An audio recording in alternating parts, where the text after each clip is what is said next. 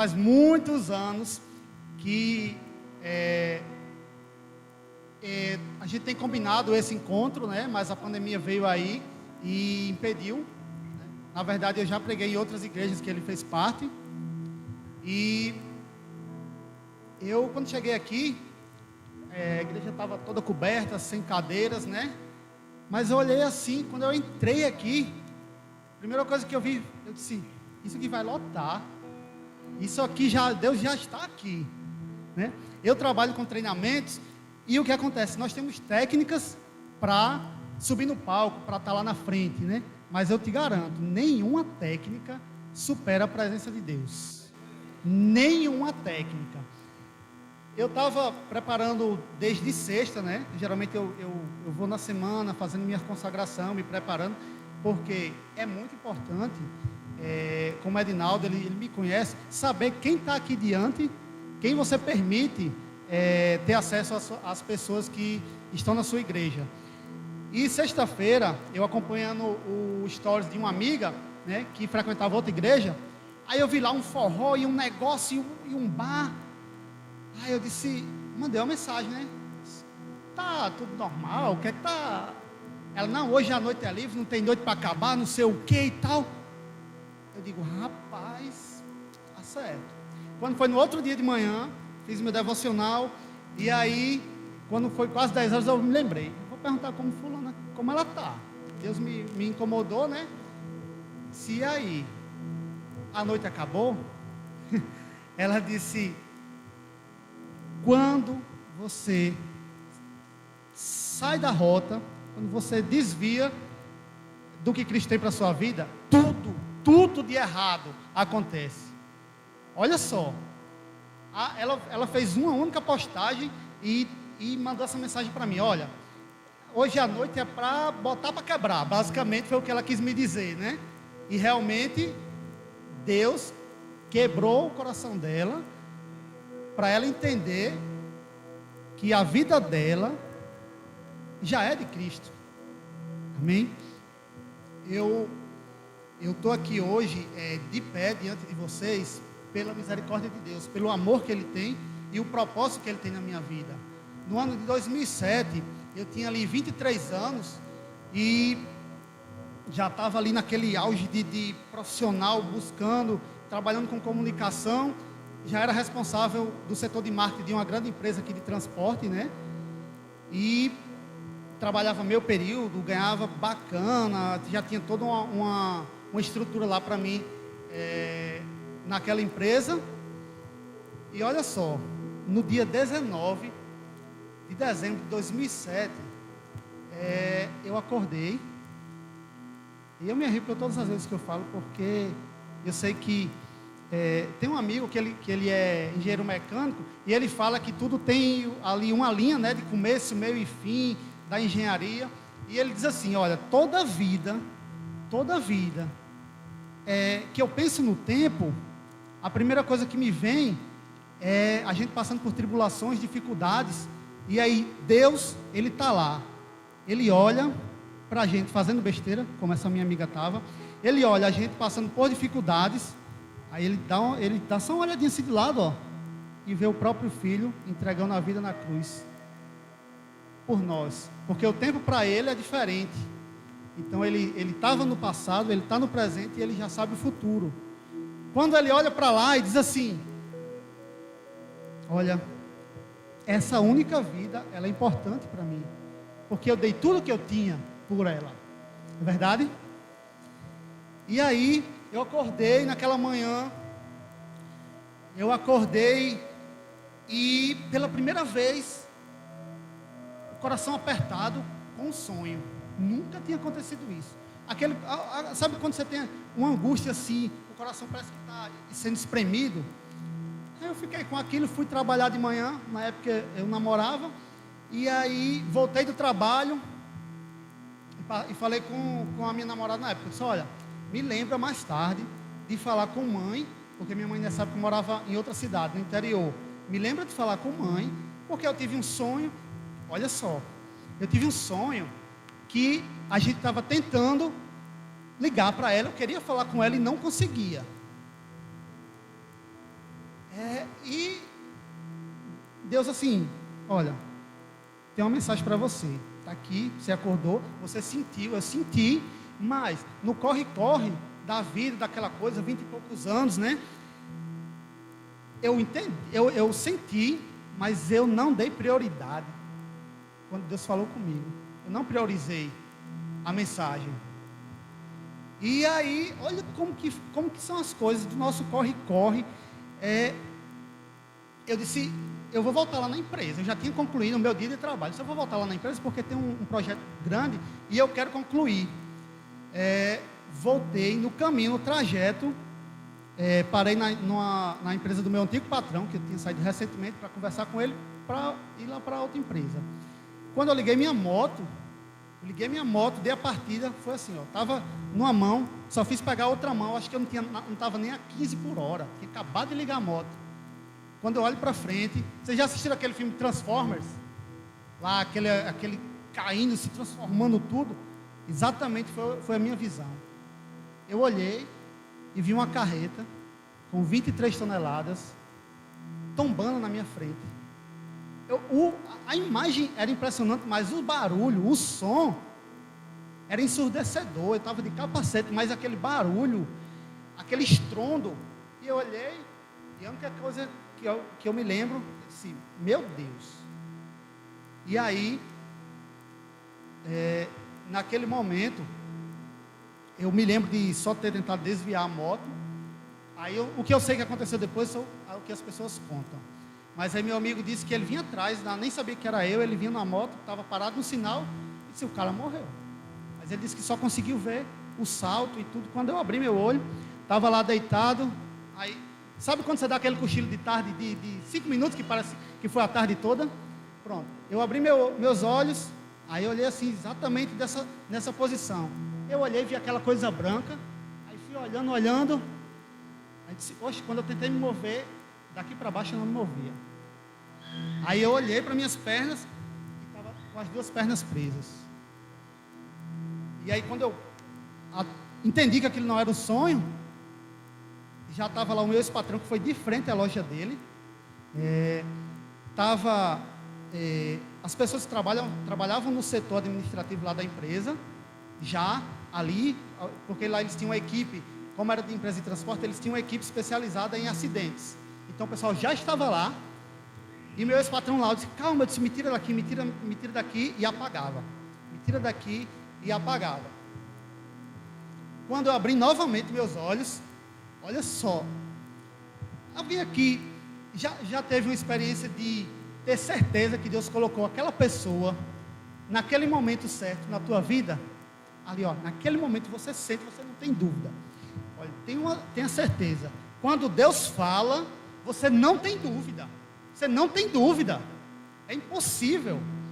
Você reconhece. Então, quando eu abri meus olhos, o primeiro socorrista que estava foi no ano que lançou os motociclistas da SAMU, que eram os primeiros que chegavam. Quando eu abri meus olhos, só escutei aquela pessoa. Fica calma, é o negão que está aqui. Edinaldo está aqui. Dinaldo também é o nome dele. Edinaldo está aqui, eu estou aqui e só vou sair daqui quando tirarem você. Olha só, o cara me conhecia desde moleque, dos 8 anos de idade. A primeira pessoa que chegou para me dar assistência. E aí naquela situação eu apagava, eu não sentia dor. Pode ter certeza, eu não sentia nada. Eu não sentia dor. Até isso Deus me privou. Não sentia nada, sentia uma dorzinha, para não dizer, aqui no dedo que ele cortou. Mas olha só, tem uma carreta em cima de você e a dor que você está sentindo é numa unha. Dá para imaginar isso? Então, olha, naquele momento, foi na porta do Detran. Imagine só, olha a ironia. O quarteirão inteiro estava bloqueado. Não, sabe por quê? Porque estava vazando o óleo da carreta e estava de frente ao posto de gasolina. Imagina aí a situação. Era me tirar de lá e o risco de explodir tudo e todo mundo que estava ali morrer. Mas eles foram lá, eles fizeram uma técnica diferente para remover. Ao invés deles serrarem lá as ferragens, olha como Deus faz. Davi, ele não conquistou o reino dele sozinho, é verdade? Então tenha certeza, o próprio Cristo, Ele escolheu pessoas para estar ao lado dele. Então você sozinho, você pode ser bom, mas quando você caminha com quem está em Cristo, você vai muito longe. E aí, naquele momento, eles fizeram o quê? Quebraram a calçada ao redor todinho, com o maior cuidado, como se estivesse tirando paralelepípedo por paralelepípedo dali, retirando até me resgatar. Me tiraram de lá. E aí fui para o hospital, para a cirurgia. Passou aquele primeiro momento da cirurgia. Chegou o pessoal, um amigo também que era do ministério que eu fazia parte. E aí, as primeiras informações: olha, a gente está tentando falar com tua mãe e não está conseguindo. Lembra do sonho? A gente está tentando falar com tua mãe por telefone, ligando, ela já ligou, porque lá na época era muito difícil esse acesso, né, de comunicação. Lá na época ainda tinha aquele celularzinho pendurado, subia no tamborete para atender, era assim ainda, no sítio da minha família, né? E aí as pessoas dizem: a gente não está conseguindo, tá? Todo mundo já está desde a tarde ligando e não consegue. Lembra do sonho? As pessoas ligando, eu sonhando, tentando falar com minha mãe e não conseguia, era isso. Mas eu naquele corre de 23 anos, não parei, alguns minutos ali. Se eu tivesse só deixado para o outro dia, tinha sido diferente. Mas Deus tem um propósito, porque desde aquele dia, Ele foi me tratando. Eu costumo dizer que hoje todos aqui sabem um pouquinho o que eu passei. Por quê? Porque eu fiquei na cama, eu passei 3 anos para botar o pé no chão novamente. 3 anos. Então, eu andava de sandboard em Genipabu, andava de moto, jogava vôlei de praia todos os dias. E, de repente, eu estava só olhando para o teto branco. Todos os dias. Todos os dias. No segundo dia, depois do acidente, o médico chegou para mim, o médico que me atendeu na hora, ele disse: olha, é o seguinte, ontem eu estava preparado, minha equipe, quando essa mulher atendeu, que passou informação para a gente preparar a sala, a minha equipe disse, ele disse à equipe: olha, vamos preparar a sala para uma amputação. Ele estava só esperando chegar, não tinha nem o que imaginar, o que pensar pela situação de lá. E Deus usou 2 pessoas, 2 anjos, que já trabalhavam lá, que me conheciam através dessa minha namorada. E chegou para ele e disse assim: doutor Eduardo, o que é que o senhor pode fazer no dia do acidente, durante o trajeto do acidente para o Valfredo?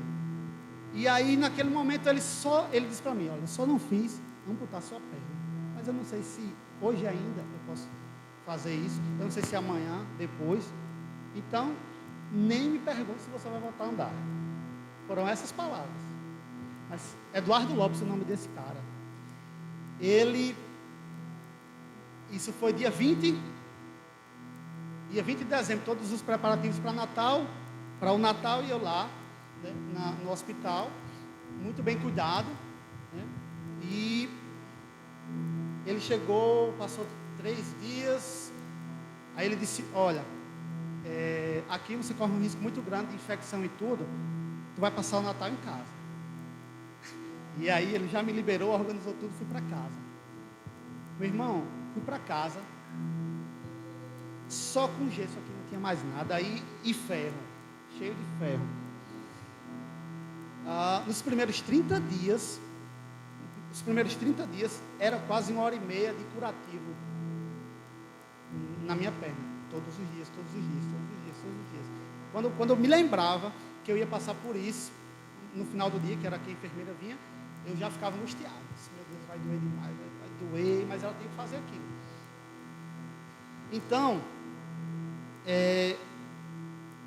abram suas Bíblias aí em Mateus 6.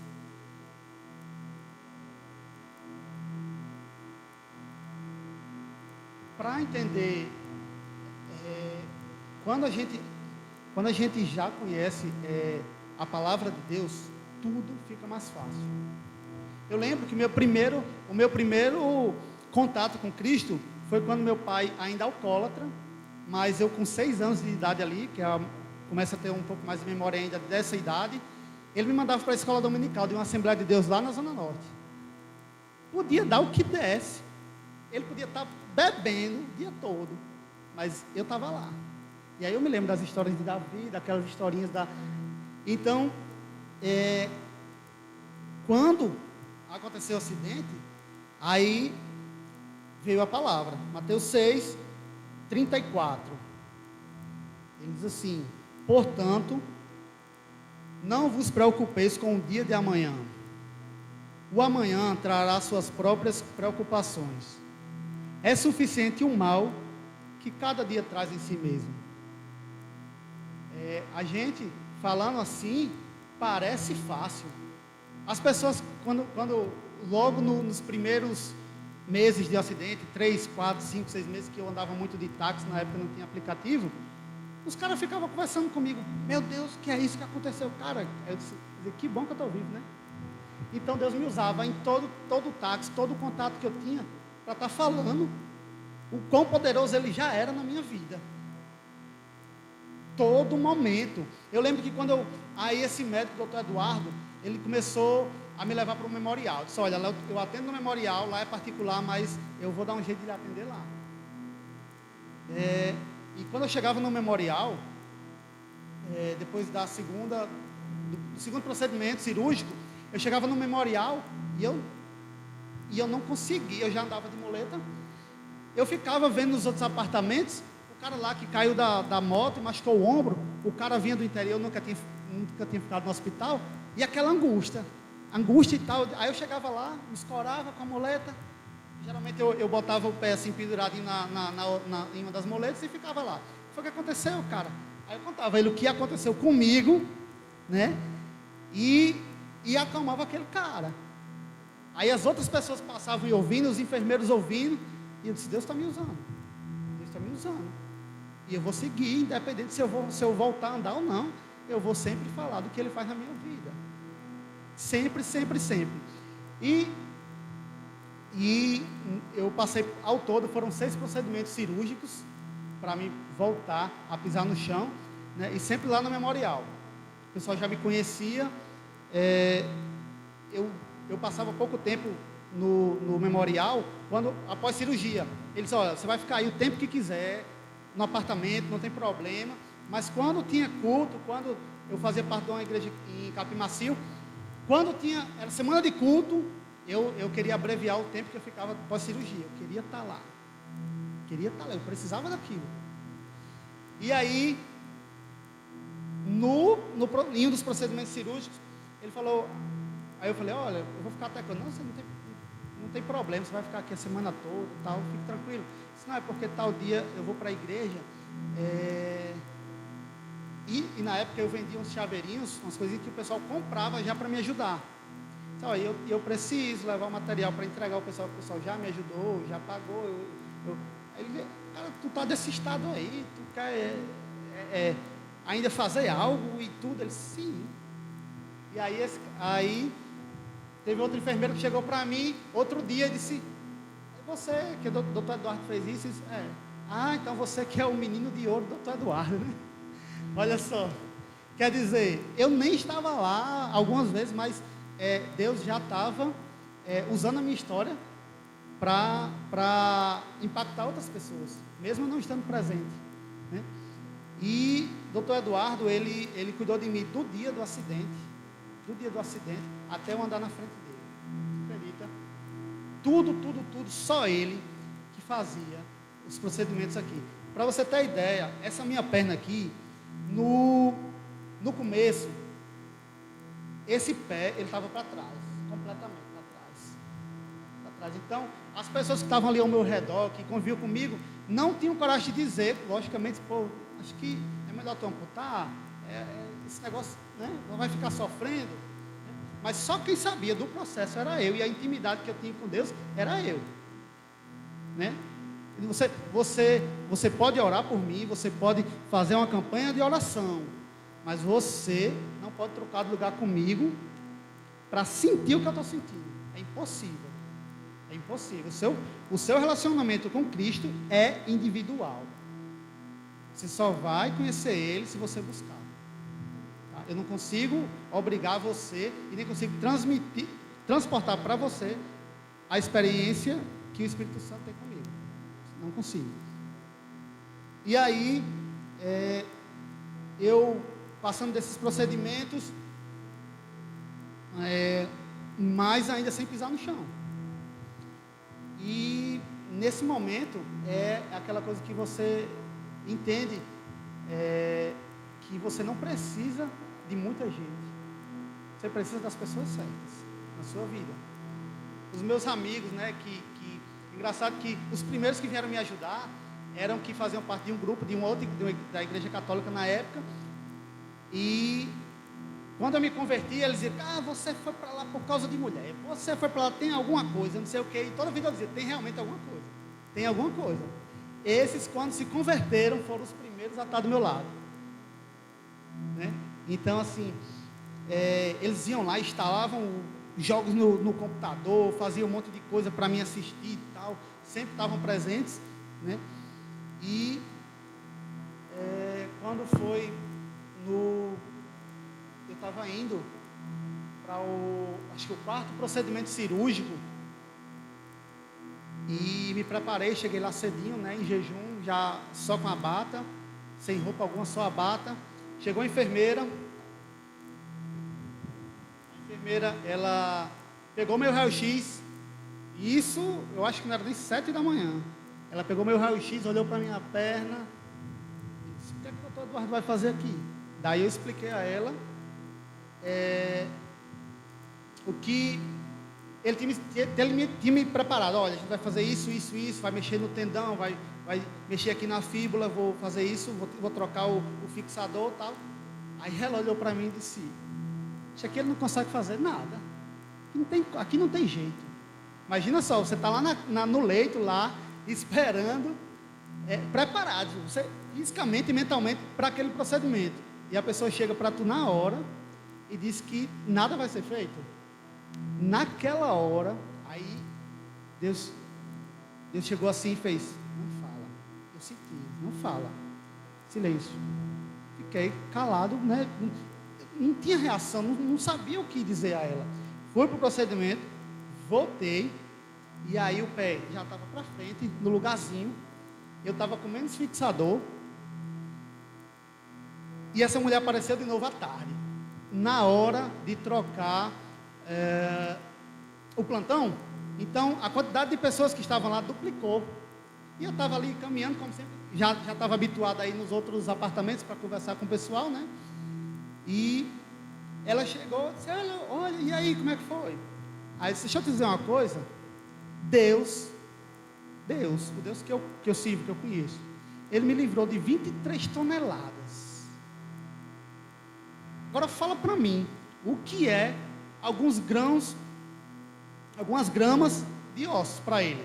Fala para mim. E todo mundo ficou assim, ela disse: é verdade. É verdade. Se Deus me livrou de 23 toneladas, Ele consertar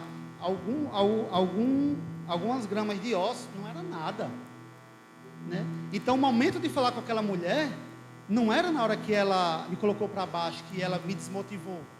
Era quando tinha mais pessoas, né, para alcançar mais pessoas. E aí passou esse tempo, mas não tinha perspectiva de quando eu ia voltar a andar, né?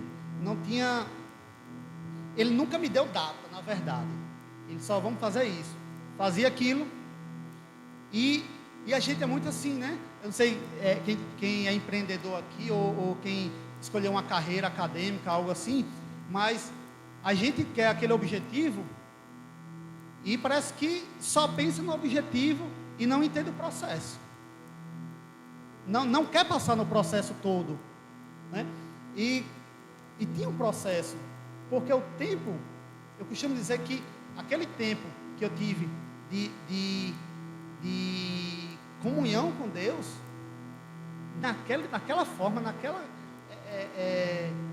grandeza, só quando a gente for arrebatado, porque eu não consigo ser tão espiritual como eu era naquele momento. Não consigo. Eu cheguei uma vez no posto de saúde, sentado lá de bermuda e tudo, estava com a proteção aqui, eu sentadinho, lá quieto na minha. Aí chegou o enfermeiro e disse: tu é crente, é? Eu digo: sou evangélico. Por quê? Ele disse: não, porque parece que eu olhei para você e tinha certeza que você era. Olha só, sem estar com roupa, com Bíblia na mão, só simplesmente ali refletindo o que Deus, o Espírito Santo que Deus estava fazendo na minha vida. E aí, eu, nesse meio tempo, ficava pensando: como é que eu vou acompanhar esse corre-corre da vida, essas coisas, as coisas que eu queria fazer, né? O que eu queria fazer é diferente do que Deus tem para a nossa vida. Sempre vai ser diferente. E quando eu estava ali sozinho, eu ficava alguns momentos sozinhos em casa e tudo, e aí eu fui ler a história de Jó. É muito difícil, não é fácil não você entender assim o que Deus queria com Jó. Você pode ler várias vezes, mas aí eu queria que os irmãos abrissem lá em Jó 19, porque se eu estivesse aqui só para dar esse versículo, era suficiente. Tenha certeza que era suficiente. Jó 19, 25.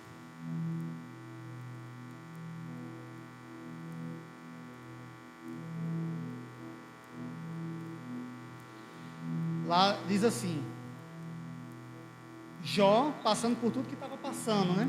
Ele diz: contudo, eu sei que o meu Redentor vive,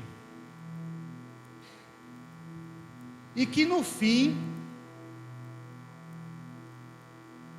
aleluia, e que no fim se levantará para me defender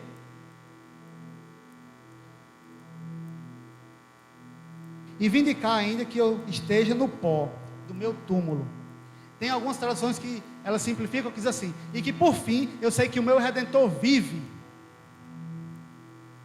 Então, apesar de tudo, eu sei que o que Jó passou não é nada do que eu estou passando.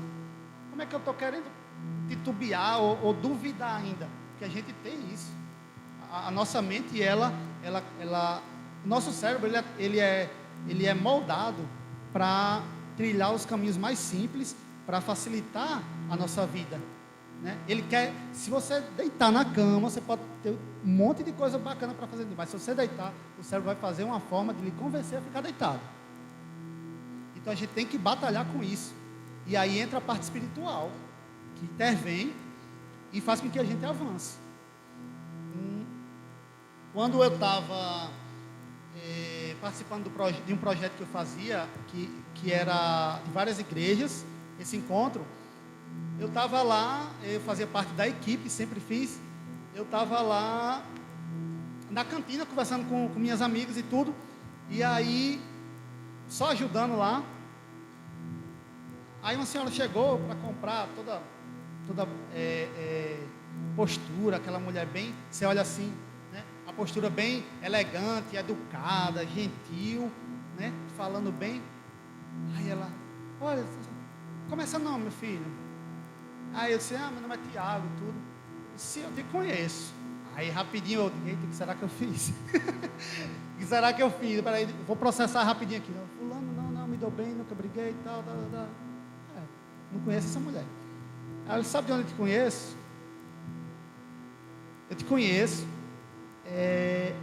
porque em todos os lugares que eu vou, ela tinha duas filhas, ela tem duas filhas gêmeas, são amigas, são casadas com dois pastores amigos também. Ela disse assim: eu te conheço porque onde eu chego, minhas filhas se ajoelham para orar e o seu nome é o primeiro que elas falam. Então, em um dos momentos lá no memorial, eu fiquei ali na janela, preocupado com esse corre-corre, e como é que eu ia acompanhar. E eu queria desistir. Eu digo: acho que já está bom, eu não vou mais fazer cirurgia não. Eu não faço nem ideia de quando é que vou sair disso. Aí eu me lembrei da mãe das meninas. Eu disse: nessa hora, lembrem disso. quando você estiver querendo desistir, pode ter certeza, tem alguém orando por sua vida. Pode ter certeza, tem alguém orando por sua vida, sabe? E aí eu naquele dia, eu guardei isso, eu disse, eu quero ser conhecido assim, com a pessoa que as pessoas, com alguém que as pessoas sempre priorizam na oração, porque eu vou sempre vou estar guardado, vou estar protegido, mesmo que eu esqueça de orar, vai ter alguém orando por mim, né? Então, passou aquele momento, eu fiquei mais tranquilo. Todas as vezes que eu queria sentir aquela angústia, e eu me lembrava, teve um dia que eu disse assim, rapaz, a Bíblia diz que quando a gente passa pela prova, cantando louvor, sempre que eu falo, parece muito fácil, eu sei que as pessoas imaginam assim, pô, esse cara está falando, tá. Cara, foram 3 anos sem saber o que é tocar no chão com essa perna aqui, sem ter perspectiva. E aí, eu liguei para o filho do meu pastor e disse, cara, não estou aguentando mais, minha cabeça está assim. E na época tinha um amigo que era bem conhecido, que tinha uma banda, tocava em várias igrejas fora do estado, tinha gravado CD. Aí falei com o filho do pastor, disse, vamos fazer um culto, um louvor, bora. Aí falei com o meu amigo, falei, Emerson, é o seguinte, você tem como levar a banda? Eu não sei se eu consigo pagar os seus músicos. Tá? Cara, só me diga a data. Só me diga a data. Nesse dia, nem Ednaldo sabe disso. Nesse dia que eu liguei para Jonathan, nesse dia eu estava com a faca do meu lado. Estava aqui, ó, na cama lá. E disse, eu não suporto mais. Eu sei que eu já enfrentei muita coisa. Eu sei que eu já superei. Deus me fez superar muita coisa. Mas eu não consigo. E aí eu me lembrei, fui me lembrando, olha, poxa, Deus colocou o negão lá no dia do meu acidente. No dia do meu acidente, eu era estagiário ainda, apesar de ter uma função bem importante já lá no meio da administração. Tudo que tinha de comunicação passava por mim. E aí, no dia do meu acidente, na hora do meu acidente, eu, para ficar assegurado, os filhos do dono, os herdeiros lá da empresa, chegaram para o advogado e disseram, o que é que a gente pode fazer para ajudar ele? Ele assina a carteira dele retroativo, ele vai ficar recebendo benefício e tranquilo. Olha só, eu lá, naquele momento, no instante, eu passei 50 minutos lá, e aí Deus já estava trabalhando. Eu vou mostrar um pouquinho, não pode passar o vídeo, para vocês entenderem, visualizarem um pouquinho o que foi esse dia. Sem problemas. Tá bom.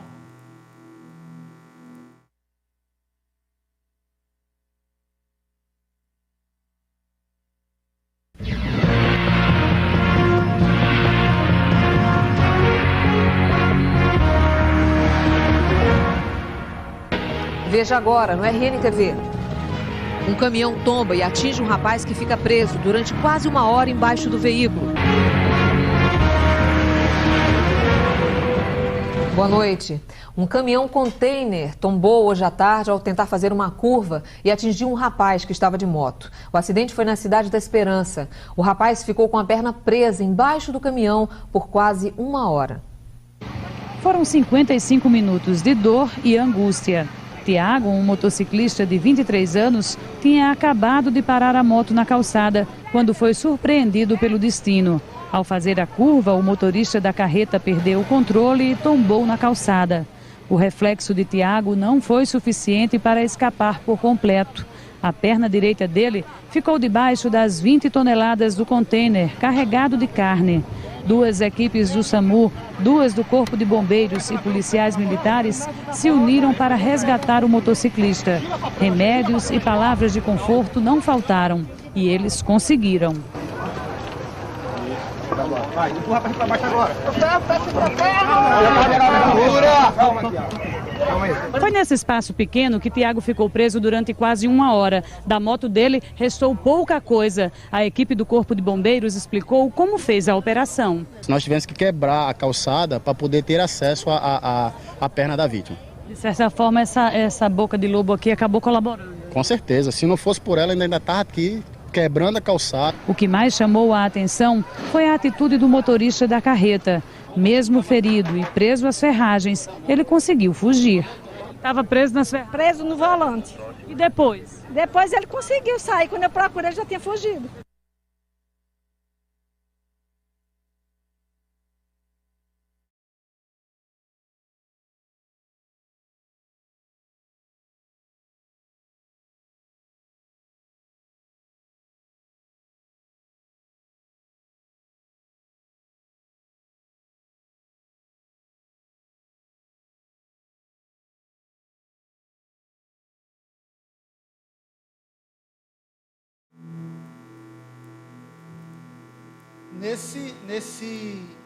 Nesse tempo todo que eu fiquei nesse processo todo,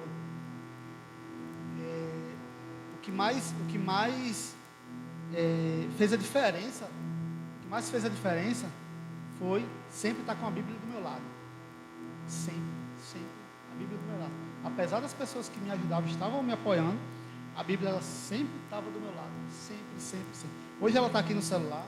Hoje ela está aqui de forma impressa, né? Mas o lugar que ela tem que permanecer é aqui no coração. Você tem que pegar cada palavra, cada pregação, cada palavra que o irmão der a você, quando você entra lá no histórico, que você vê um versículo, se tocou sua vida, dá um print, vai lá e aprofunda naquilo ali.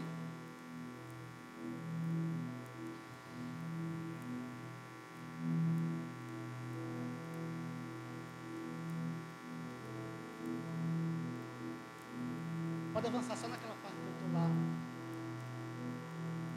Então, o que aconteceu?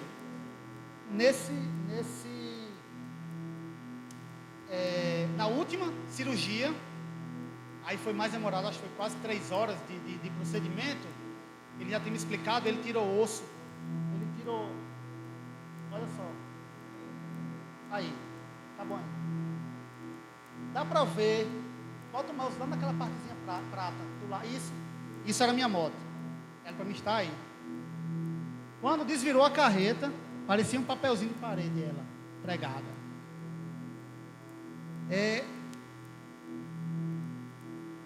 O bombeiro, porque não tinha um áudio, mas o bombeiro ele diz o seguinte: olha, só tinha um lugar para não ter decepado a perna dele, ou amassado, ou tudo. Era uma boca de lobo, um bueiro. E ele diz: qualquer centímetro para um lado e para o outro, teria perdido a perna na hora. Olha como Deus é um Deus de detalhe. Apesar daquela gigantesca carreta, o lugar onde eu fiquei era exatamente o lugar que tinha que ficar para salvar a perna. Porque com o peso da carreta, cedeu a tampa do bueiro e minha perna desceu um pouco. Só esse pouquinho que desceu foi suficiente para eu poder estar em pé aqui hoje. Eu lembro, e eu tirei osso aqui da bacia para enxertar, para criar. É assim, daqui eu tinha mais ou menos uns 4, 5 dedos assim, sem conexão de osso. Não tinha nada que ligava. Por isso que eu usava aqueles fixadores. Virou pó. Se você viu o meu primeiro raio-x, eu ainda tenho lá em casa. Era pó. Não tinha osso ligando. Não tinha. Hoje você vê ele assim, ó, entrelaçado, calcificado. Quando eu estava já nesses últimos procedimentos, eu já estava com filho, estava com filho para nascer, já estava casado. O cara é doido, né? O cara não está nem andando, já casa, né? Mas se adapta. O ser humano é especialista em se adaptar. Então, eu ficava pensando, meu Deus, eu queria andar, eu não queria levar meu filho numa cadeira de roda. Como que eu vou fazer para ajudar a mãe, carregar uma bolsa, fazer algo? O que é que eu vou fazer? Né? E aí, passou o procedimento cirúrgico, fui para casa, o doutor Eduardo sempre caladinho na dele, você vem aqui tal dia. Quando eu cheguei lá, ele estava sentado aqui na mesinha dele. Aí ele tira as moletas, aí segura aí, tá? Pronto, agora ele fez desse jeito. 3 anos depois, aquele homem que disse assim: eu nem sei se você vai voltar a andar, mas ele não me abandonou. Ele cuidou de mim todos os dias. Ele disse: vem até aqui. Aí ele disse: não, sem a moleta. Eu disse: você está brincando. Ele disse: vem até aqui. Aí eu fui. Eu lembrando, minha esposa na época grávida. Aí primeiro passo, eles começam com a perna direita. Aí eu, desequilibrado, mas pisei. Aí pisei, aí fui lá ao segundo. Aí de novo. Aí quando chegou, ele apertou minha mão, aperta aqui. Ele fez assim: meu trabalho está feito. Deus é fiel. Deus é fiel. Busque intimidade com Ele antes que aconteça uma tragédia. Busque intimidade com Ele no seu trabalho. Lembra da minha amiga que eu falei de sexta-feira? Que ela mora aqui perto, né? Ela já sabia, mas eu sabia que ela não ia vir, tudo, por causa de como que ela está aí, essa situação. Mas aí, eu falando com ela, ela sabe, quando você for pregar de novo, eu vou, tá bom. Ela disse: olha, mas faz o seguinte, essa semana eu vou começar uma série de lives de manhãzinha, só trazendo uma palavra rápida, alguma coisa. E aí eu pensei, se eu fizer essa live, só ela assistir, já valeu a pena. É verdade? Eu demorei muito tempo para voltar a dar o meu testemunho. Sabe por quê? Porque eu não me achava digno. Aí eu fiquei pensando, quem é digno de alguma coisa?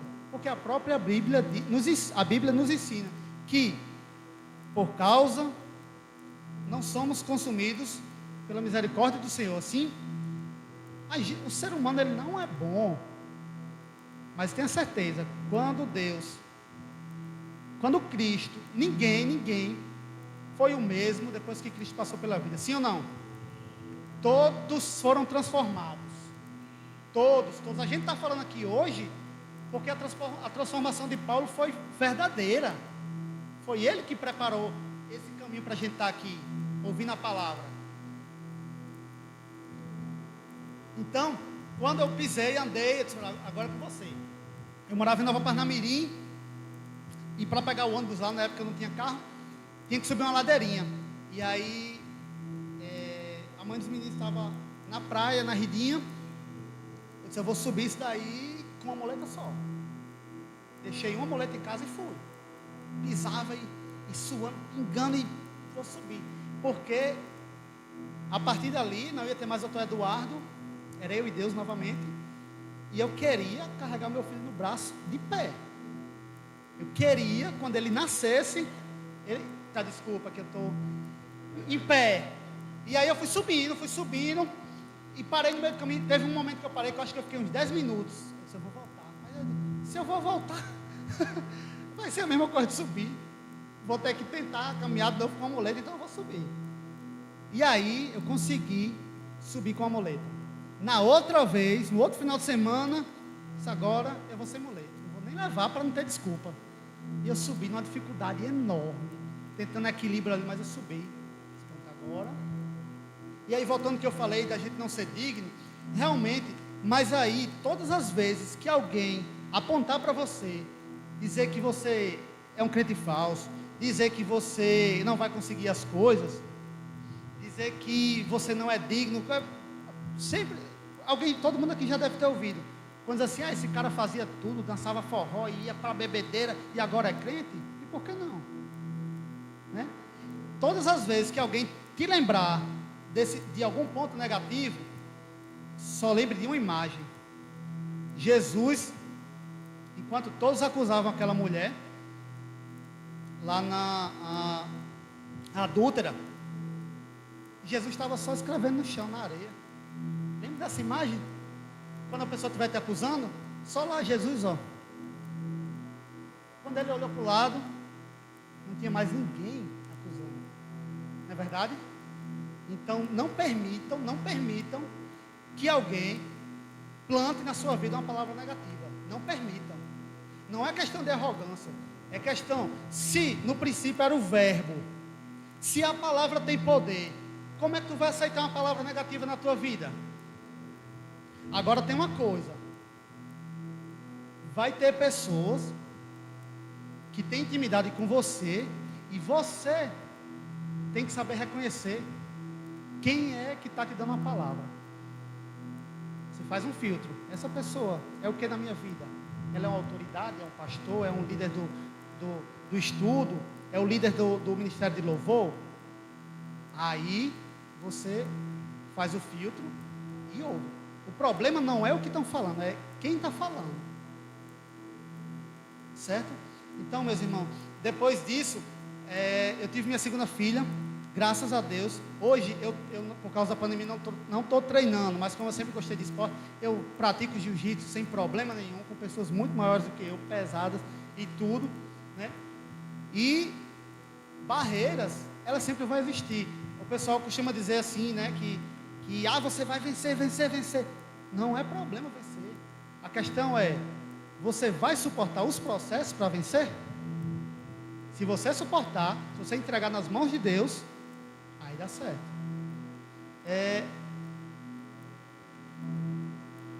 Eu estava desde o ano passado estudando a vida de Luther King, né? E num livro que eu estava lendo, estava lá falando sobre uma mulher, Rosa Parks, que ela foi uma das responsáveis pelo despertar do propósito de Luther King. Ela fez uma atitude que colocou ele na rota do propósito dele. Então, assim, a gente tem que observar ao nosso redor. Eu sempre falo, olha, a gente pensa no pregador tal, que tem milhões de seguidores, a gente quer ouvir aquele cara lá que está todo domingo, e a gente quer ouvir aquele cara, porque aquele cara é um milionário, tem tudo, conquistou, então, se a gente seguir ele, vai dar certo. Cara, mas, olha só, e as pessoas que são testemunho na tua vida, que estão ao teu lado, que você percebe? E o que você tem feito para as pessoas perceberem Cristo na tua vida? Não é verdade? Então é isso mesmo que eu queria dizer para vocês. Obrigado pela oportunidade. Eu estou muito feliz. Eu me sinto muito bem em testemunhar aquilo que Deus fez e tem feito na minha vida, né?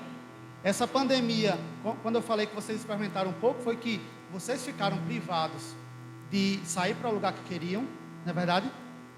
De ter contato com as pessoas que vocês queriam. Então ficaram isolados. Eu passei por tudo isso, então já fui treinado antes da pandemia. Eu já tive treinamento. Eu estudo muito inteligência emocional e tudo que eu percebo hoje nesses estudos é unânime. Sempre inclui Jesus como o maior líder, porque ele viveu o propósito e nada mais. Ele viveu o propósito. Então, assim, nossas experiências vão fazer com que a gente toque outras pessoas. Nossas experiências com Cristo. Valorizem aquelas pessoas que estão ao seu lado, que muitas vezes a gente... eu estava falando um dia desse sobre humildade, né? Quando você tem humildade de reconhecer que você tem um limite, aí Deus começa a trabalhar. Quando você tem humildade de pedir perdão, meu Deus, se eu fosse falar do perdão aqui, ia ser até de manhã, porque o que Deus já fez, no final do ano agora, eu perdi um amigo, né? No acidente aéreo aqui em Natal, e lógico que eu fiquei triste, chorei na hora, porque a gente era amigo íntimo, aquele amigo que podia entrar na casa, dormir na mesma casa, e aí eu me lembrei, cara, tá tranquilo, não porque ele morreu, mas porque as divergências que a gente teve perdão. Então, assim, eu não guardei mágoa dele, que a gente viveu, eu liberei perdão na vida dele, e graças a Deus, né? Então é isso, meus irmãos. Obrigado por estar aqui, Edinaldo, por essa oportunidade, e ainda mais presencial, né? Que a gente sabe que faz muita diferença, assim. E contem comigo nas orações. Eu tenho orado muito por essa igreja, por ter chegado nesse prédio aqui. Desde o ano passado eu tenho acompanhado a luta de todos. E é isso. Obrigado, meu irmão.